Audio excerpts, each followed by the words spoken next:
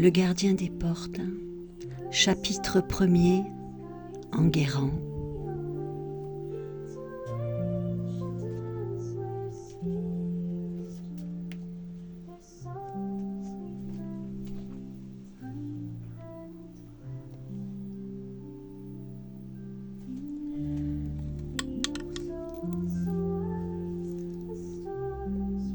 Beaucoup d'entre vous diraient « Je ne crois que ce que je vois ».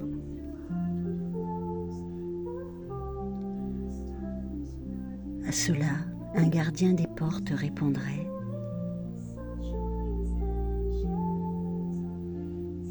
« Je ne vois que ce que je crois ».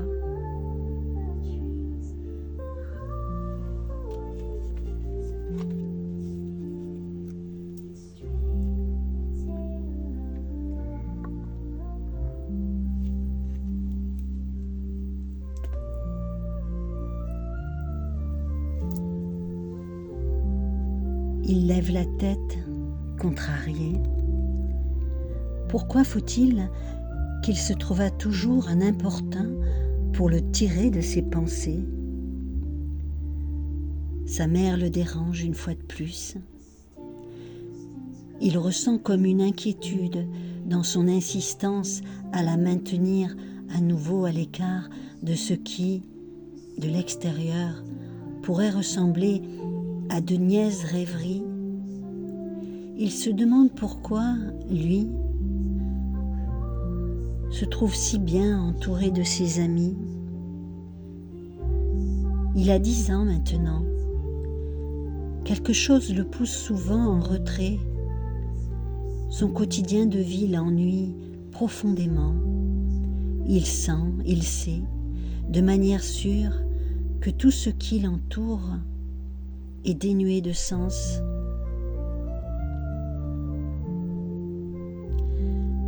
Difficile de leur dire, du haut de ces 10 ans, que leur course est futile.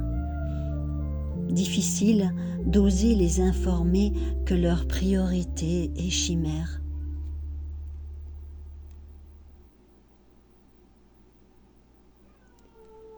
Il entendait depuis toujours les pensées de ses proches. Au début, il croyait que c'était normal.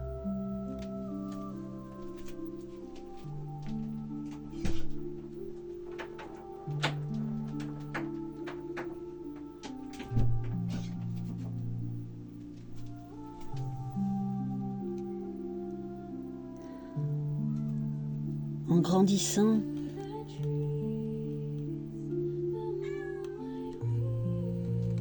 cela lui fut bien utile pour apaiser les peurs et questionnements de son entourage à son sujet.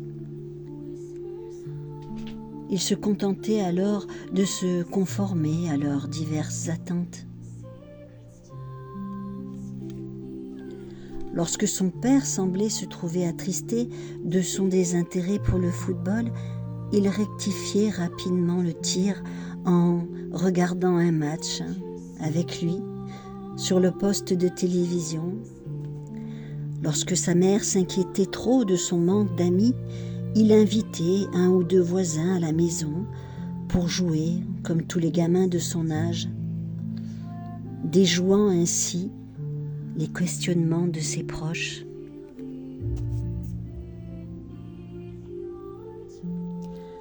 Aujourd'hui, nous sommes le jour de son anniversaire. Enguerrand attend. Il a maintenant 17 ans. Il espère son cadeau. Il s'agit de ce qu'il reçoit tous les ans à cette période de l'année de ses amis des autres dimensions. Il est soucieux. Il est déjà tard.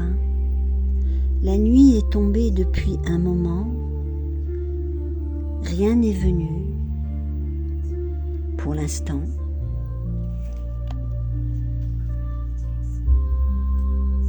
Successivement, il avait reçu de plus en plus de dons. Il ne se posait jamais vraiment la question à savoir pourquoi lui, non. Il se contentait de prendre ce qui lui était offert. S'il lui avait fallu choisir entre toutes ces perceptions, il n'aurait su de toute manière laquelle prendre.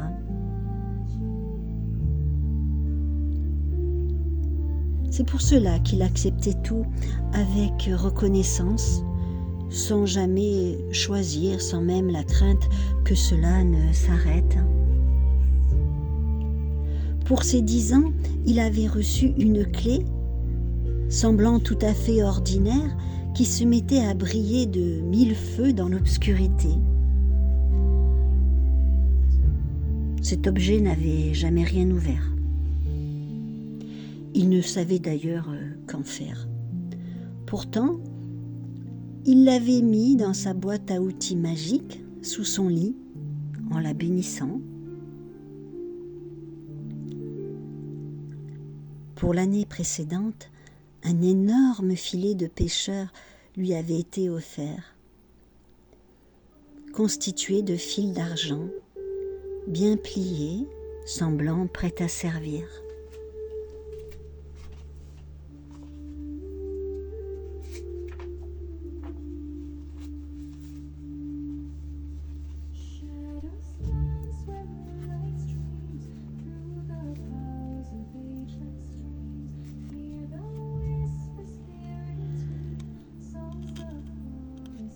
Au fil du temps, sa cachette avait pris de plus en plus d'ampleur, tant et si bien que notre ami admirait souvent ses trésors une fois livrés à lui-même, en tentant d'imaginer ce à quoi certains objets, pour le moins bizarres, pouvaient bien finalement servir.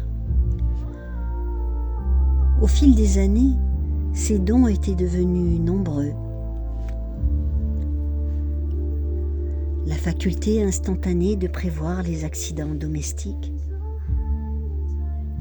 le don de guérir simplement en touchant la personne, l'arbre ou l'animal, le végétal, en prononçant à voix haute 3 fois le code Shambhalaye, Shambhalaye, Shambhalaye. Il pouvait aussi soigner l'eau malade du robinet. Le plus beau présent qu'il n'avait jamais reçu se trouvait être un très charismatique ami, Zartam, le dragon, qu'il avait eu bébé. Cet être de paix et d'amour était venu rejoindre son quotidien pour ses 14 ans. Bien sûr, en dehors de lui-même, aucun humain ne le voyait. Parfois, cela renforçait Enguerrand dans son sentiment de différence.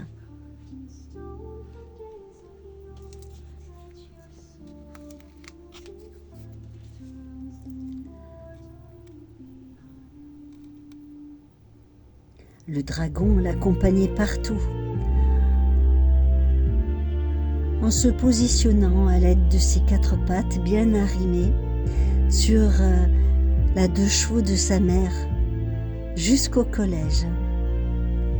Il adorait la vitesse.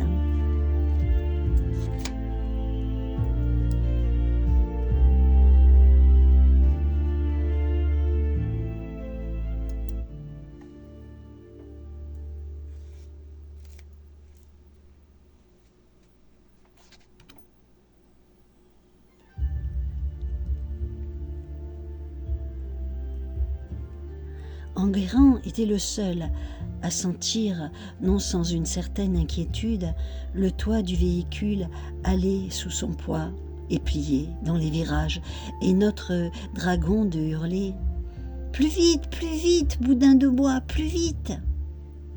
Il lui tenait compagnie dans sa cour de récréation, restait aussi sur l'établissement, tandis que son compagnon de jeu suivait ses cours patiemment en comptant les heures.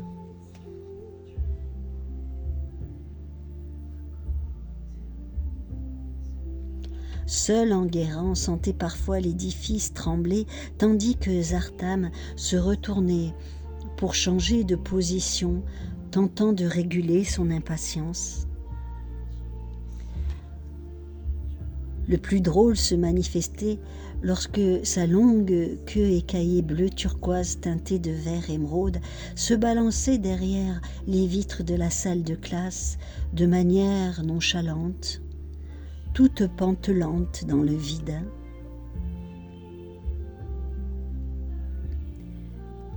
Enguerrand avait, dans ces moments-là, du mal à dissimuler son amusement.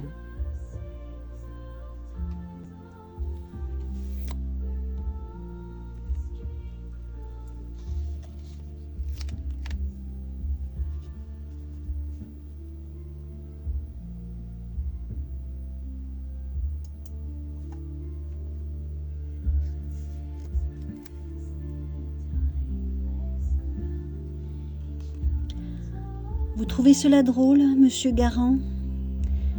Il est vrai qu'avec vos dispositions naturelles pour comprendre le théorème de Pythagore, en un temps record, vous pouvez vous permettre des flagorneries, ainsi que des sourires en coin. Vous m'agacez à la fin. Sortez. Sortez de ma classe. Sortez de mon espace. Cela devient vraiment pénible. Votre suffisance, croyez-le bien. Enguerrand se lève. Il pourrait calmer ce vieux dinosaure en un mot, lui dire ce qu'il a envie d'entendre, flatter son ego, le rassurer sur sa capacité à séduire la gente féminine plus jeune. L'humeur n'est pas au rendez-vous.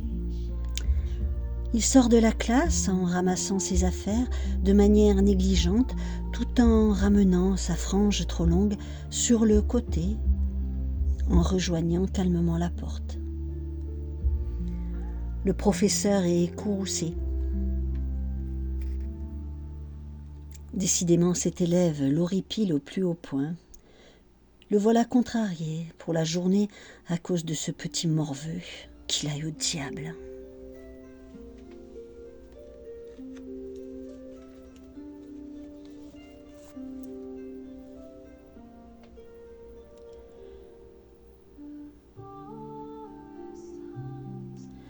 Quelqu'un profite de l'aubaine de son dos tourné avec délectation. Malika, l'occasion fait le larron, ne se gêne pas pour le suivre tendrement des yeux, du regard velouté et noir qu'elle réserve inconsciemment aux êtres qui comptent pour elle.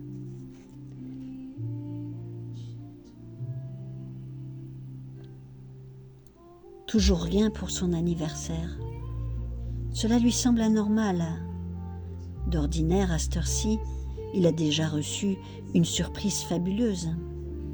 Triste, animé d'une profonde déception, il s'endort profondément.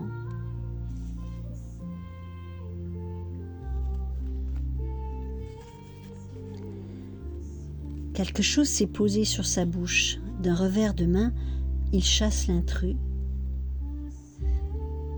Venant contrarier son sommeil, ses paupières sont lourdes et pesantes. Il n'a vraiment pas envie de faire le moindre effort pour les ouvrir. Bien. Maintenant, c'est sa main qui semble picoter sous le poids de quelque chose. Une araignée ? Oh, surtout pas, il déteste ces bestioles. Finalement, il décide de se réveiller totalement.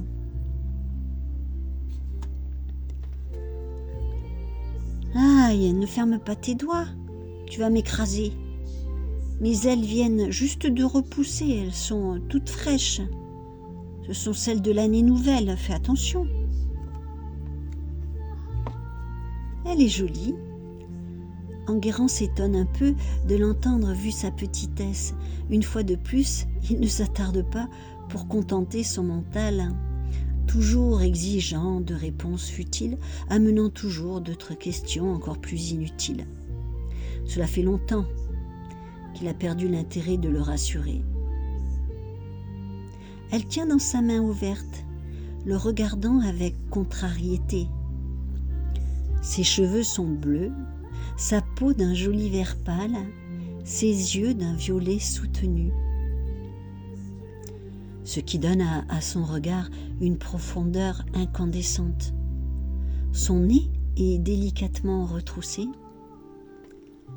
sa bouche finement ourlée semble un rien boudeuse, ses ailes tremblent un peu sous la récente pression d'Enguerrand.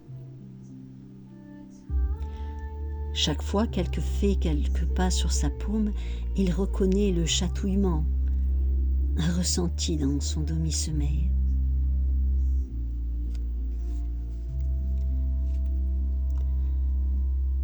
L'adolescent est fasciné, incrédule, ne sachant quoi dire. Tant de grâce et de délicatesse l'émeuvent. Impatiente, elle prend la parole.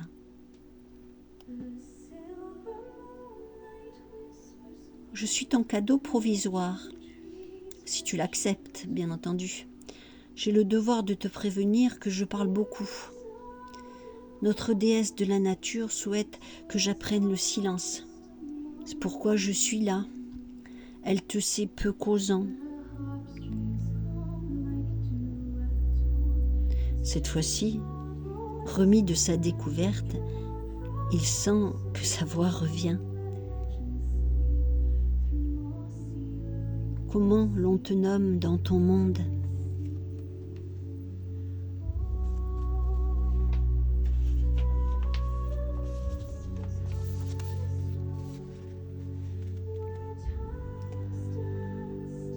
Elle prend le temps de s'installer en tailleur dans sa paume, tandis qu'il s'efforce de maintenir ses doigts bien à plat pour ne point la blesser.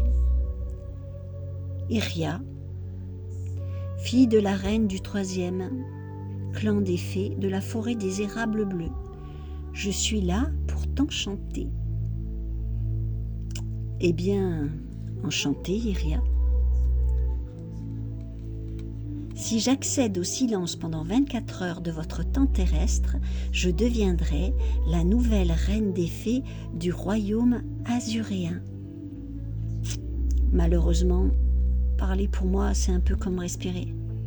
Chez nous, la reine a le privilège de choisir également son roi. Ainsi, si je gagne mon défi, je pourrai reconnaître Avgor, comme mon promis. C'est un lutin de la terre, des roches. Cette union est interdite. Par notre loi, la fréquence vibratoire d'Avgor étant inférieure à la mienne, je ne suis pas autorisée à aimer un être de plus basse vibration.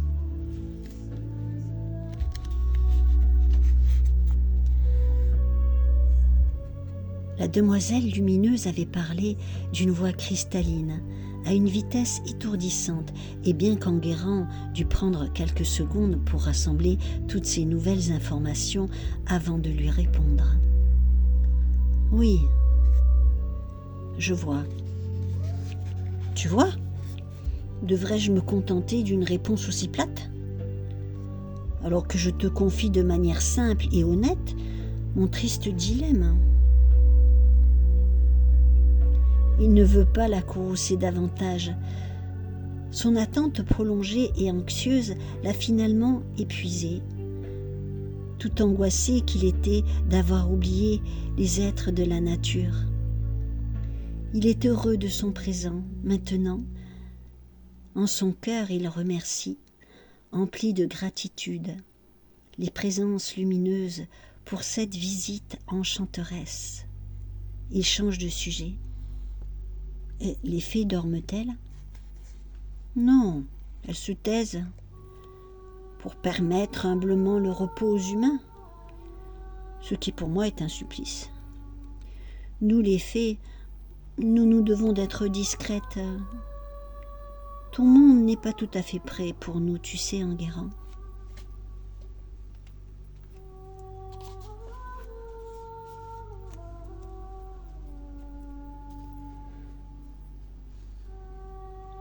Tu peux m'expliquer quel est le rôle des fées ? Il est un peu gêné de sa question.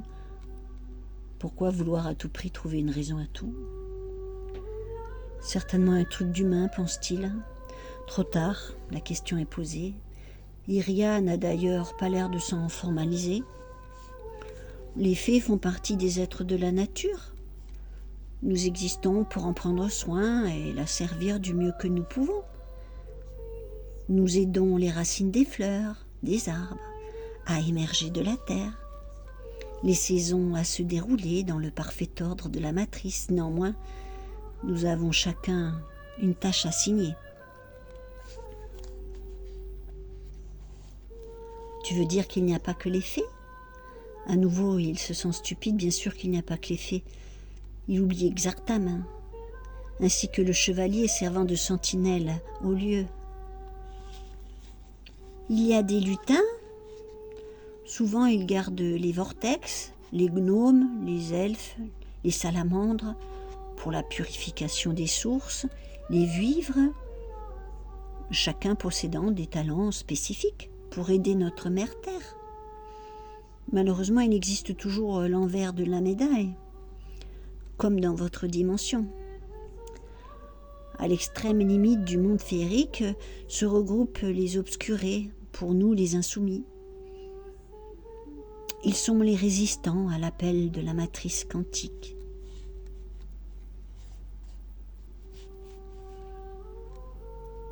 Merci Iria, je suis heureux de tes réponses. Il me reste plein d'autres questions, cependant, la journée a été longue et riche en émotions. Je te souhaite la bienvenue. Demain, je présenterai Exartam, ma nouvelle amie. Tu sais, c'est mon ami dragon. Tu pourras lui faire la conversation. Il veille en ce moment sur le toit de la maison.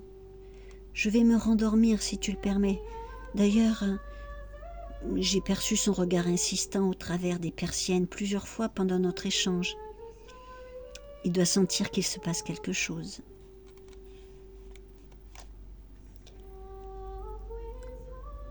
Installe-toi près de moi, sur ma fontanelle, dans mes cheveux. Cela me paraît être l'endroit idéal pour épargner tes ailes. Je bouge beaucoup, tu sais, dans mon sommeil. Bonne nuit à toi.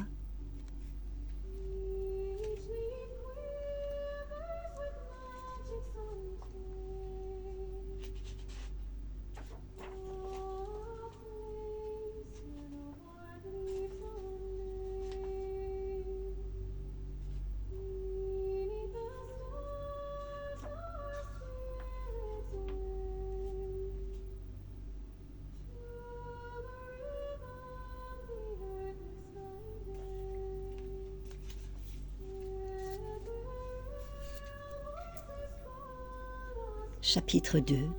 Malika. Enguerrand attend dans la salle d'attente de Madame Bigorre, la pédopsychiatre qui le suit.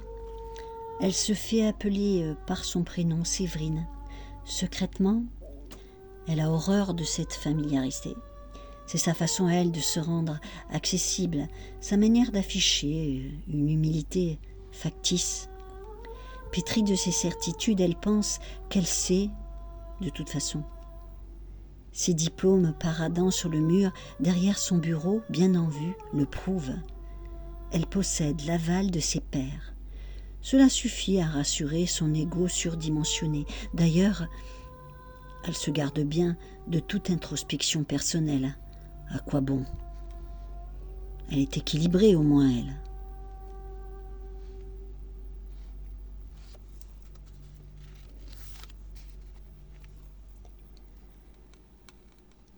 Parfois, cette clairvoyance, ces lectures de pensées secrètes vis-à-vis de son entourage perturbent Enguerrand au plus haut point. Il lui est difficile de mettre à nu, de manière involontaire, les personnes en face de lui, leurs failles, leurs mensonges vis-à-vis d'eux-mêmes. Il voudrait pouvoir couper cette lecture, il ne le peut. Il arrive aussi qu'ils se sentent coupables de cette intrusion dans leurs esprits. C'est en lui, c'est ainsi. Ce rendez-vous quotidien s'est instauré pour rassurer sa mère surtout. Le trouvant bizarre, trop coupé des autres depuis tout jeune, de mauvaise grâce, il s'astreint à ce rituel hebdomadaire dénué de sens, qui ne lui apporte rien. Pour l'instant, il se contente de se conformer aux attentes de Séverine. Il doit faire semblant d'être normal. Il se pose la question, c'est quoi la normalité ? La réponse ne l'intéresse pas. L'univers lui répondra ou pas. Cela lui suffit.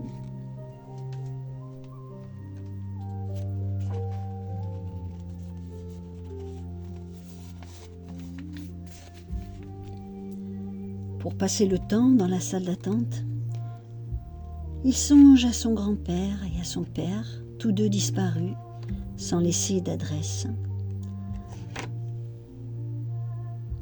Son aïeul s'est littéralement volatilisé de son fauteuil en rotin un soir d'été, il y a déjà plus de 10 ans. L'enfant qu'il était lui avait dit bonsoir sur le point de se mettre au lit, le laissant tranquillement installé, fumant sa pipe.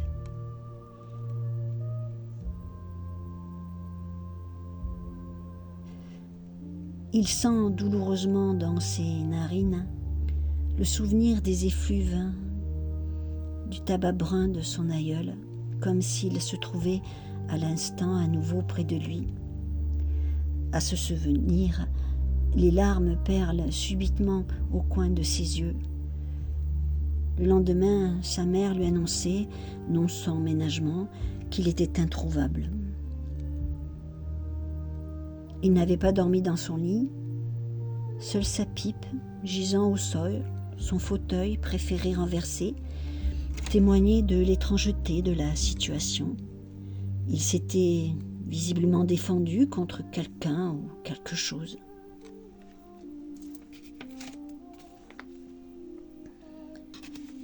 Pour son père, l'histoire se répéta 2 ans plus tard, à peu près à l'identique, sauf que ce dernier avait pris sa voiture pour se rendre à la boulangerie du village voisin, par un beau dimanche de mai, acheter le traditionnel gâteau dominical. Il n'était jamais revenu.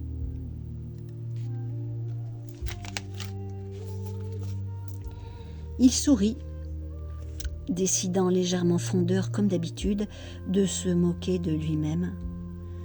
Cela faisait tout de même quelques raisons pour partir en vrille, se dit-il.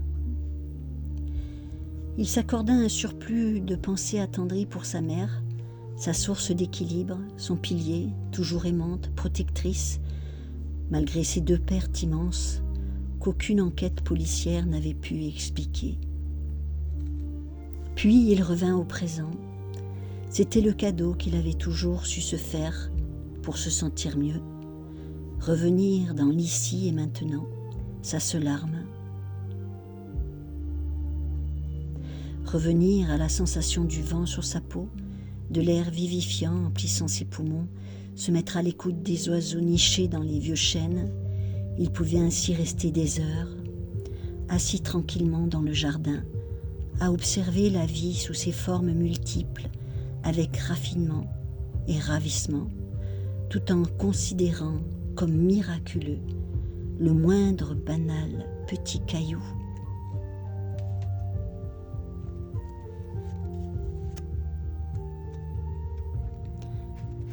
Malika entra dans la petite pièce. Elle le voit. Ses jambes se dérobent sous elle. Elle s'assied lourdement, semblant manquer sa chaise. Que fait-il là, lui aussi ? Il l'observe. Son regard est vif, percutant. Ses yeux sont dérangeants, avec un éclat métallique d'un gris clair troublant, laissant la pupille noire se détacher telle une porte ouverte. Elle se sent comme sondée. Elle se dit que c'est débile. Il est beau, d'une beauté particulière qui lui est propre. Finalement, c'est la première fois qu'il se rend compte de sa présence. Elle se trouble. Elle n'ose l'aborder. Le silence entre eux se trouve palpable. Comme fait de matière brute, le pouls de Malika s'accélère. Elle l'observe au lycée depuis si longtemps à son insu. Sa manière de parler tout seul, comme en présence d'amis invisibles, pour elle, assurément, il est spécial. Il la fait rêver, il l'attire. Tout d'un coup, elle se sent stupide, avec ses mains en feu, son regard fiché dans le sien.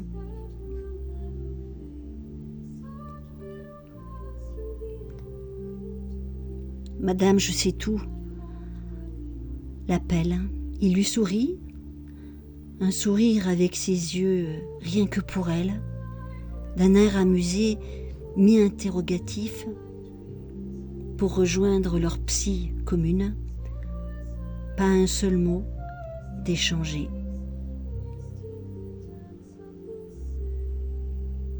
Raté, ma vieille. Décidément, quelle gourdasse tu fais parfois.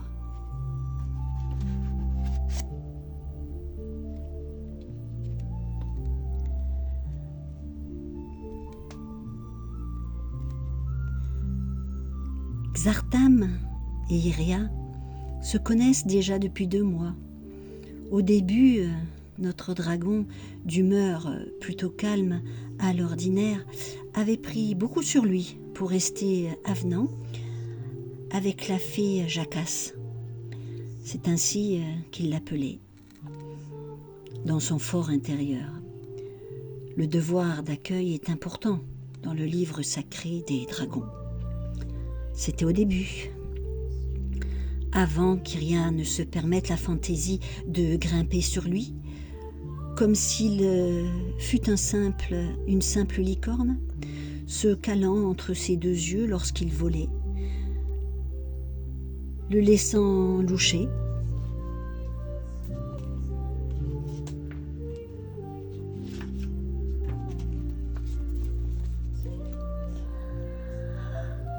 À tel point qu'il y a 3 jours, il s'était littéralement avalé en pleine face un poteau électrique qu'il n'avait pu éviter pour atterrir sans ménagement dans le lac voisin, provoquant un mini tsunami, ainsi que l'incrédulité des promeneurs tranquillement installés sur les rives.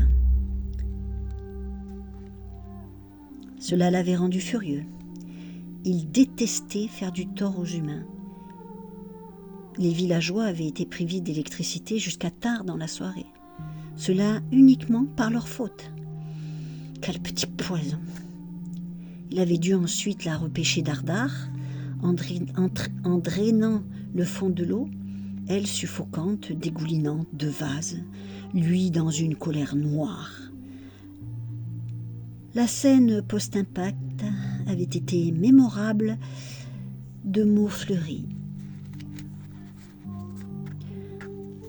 Le bémol venait du fait qu'il commençait à adorer cette créature fantasque. Cruel dilemme pour lui.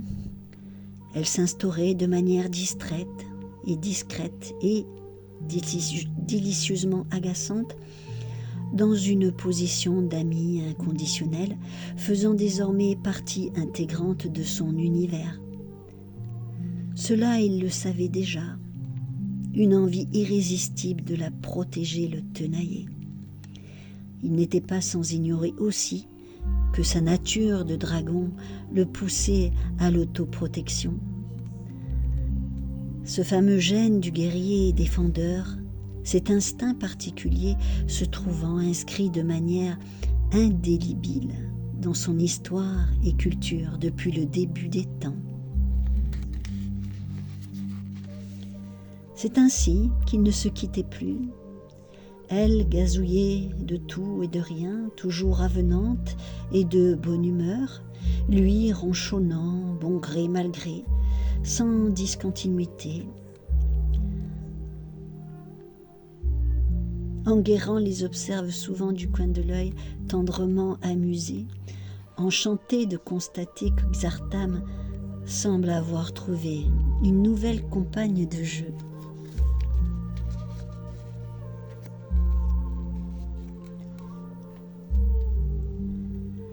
Malika est d'humeur lugubre. Une fine bruine tombe depuis plusieurs jours. Décidément, elle n'aime pas le mois de novembre.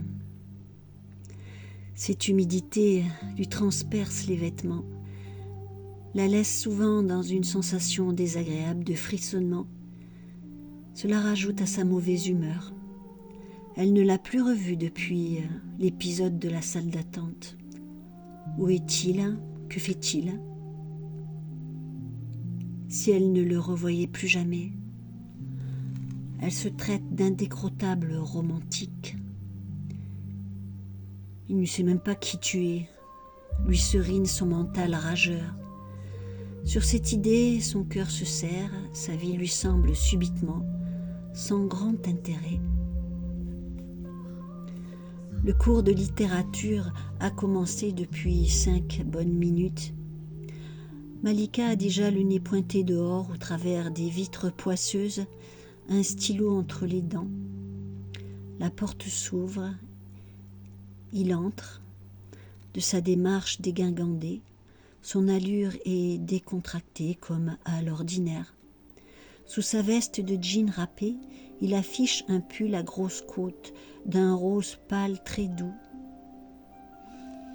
Il est trop craquant, se dit-elle.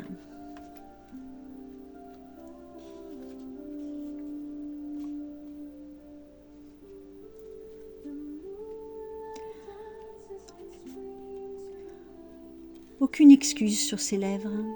Le professeur résigné hausse les épaules. Aujourd'hui, il n'a pas envie d'intervenir, pas assez d'énergie pour cela. Enguerrand s'assoit lourdement juste à côté d'elle. Malika plonge le regard dans son bouquin, placé à l'envers de manière très concentrée. Il lui prend des mains gentiment, le remettant à l'endroit. C'est peut-être mieux comme cela. Je m'appelle Enguerrand. Elle adore sa voix. Les jours suivants, le même manège se répéta. Sans un mot, délibérément, il s'installait à côté d'elle. Parfois, la jeune fille mettait ses affaires sur la chaise vide pour l'en dissuader, très agacée de se sentir de plus en plus mal à l'aise, gourde en sa présence, sans qu'il ne cherche à engager la conversation. Il se contentait de poser le tout un peu plus loin avec son regard tranquille et serein, devenu habituel pour elle, en reprenant ce qui semblait être désormais sa place légitime. Puis, il fut un jour à l'interclasse où elle finit par prendre son courage à deux mains. C'était facile. Il se trouvait toujours à l'écart des autres avec ses compagnons invisibles.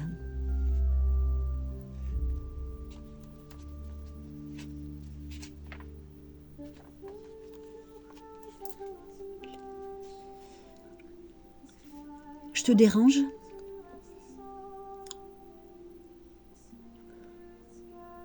Pas spécialement. Soudain, elle se sent agressive sans pouvoir l'expliquer. Je peux savoir ce que tu fabriques avec moi ? Tu t'amuses bien ? Pourquoi t'installes-tu maintenant toujours à mes côtés pendant les cours ? Il lui répondit sans hésiter. Je suis bien près de toi, c'est tout. J'aime ton odeur. La réponse directe posée la sidère.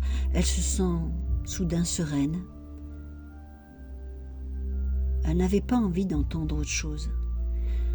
Elle se radoucit et décide de jouer franc jeu. J'aime aussi ta présence. Ce qui me met mal à l'aise, c'est ton silence.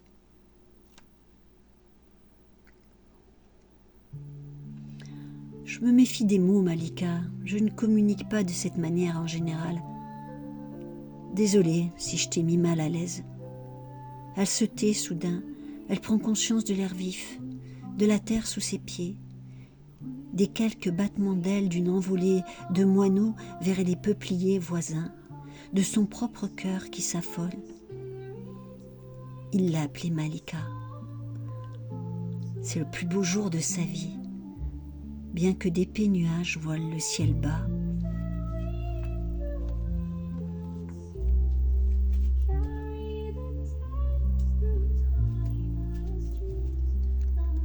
Ils ne se quittent plus.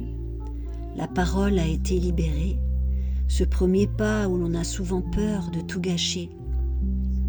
Par des propos inappropriés, ce mouvement ultime est maintenant placé derrière eux.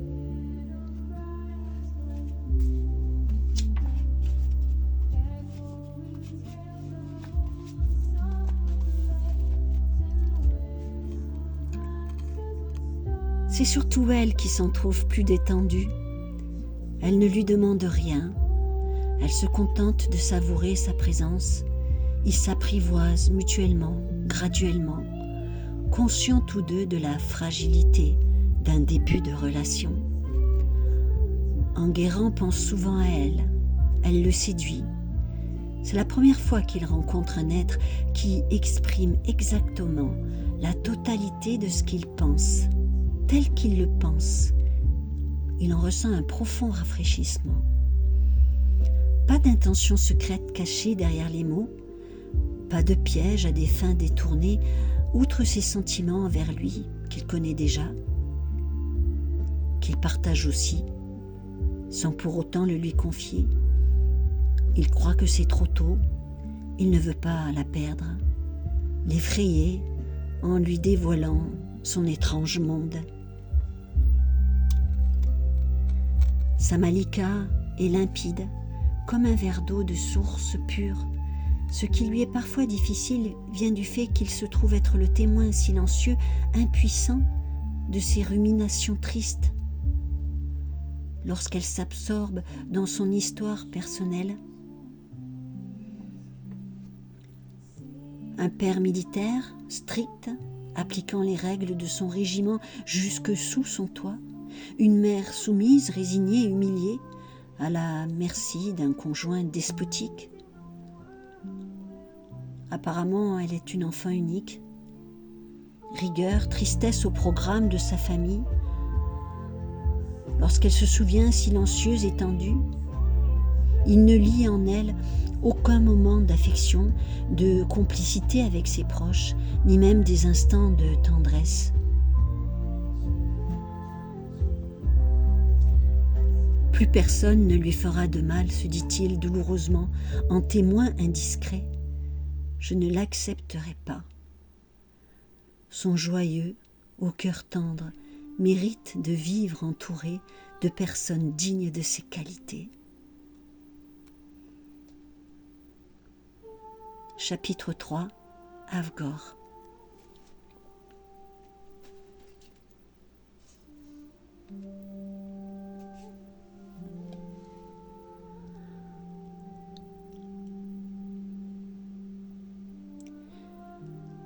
Je viens de vous lire les 2 premiers chapitres d'un petit livre que j'ai nommé Le Gardien des Portes, publié aux éditions Bouclis, dont je suis l'auteur. J'ai l'intention de vous le lire de manière totalement gratuite. C'est ma façon à moi de remercier tous mes abonnés, les anciens et les nouveaux. Si cette lecture vous a plu, merci de me le faire savoir.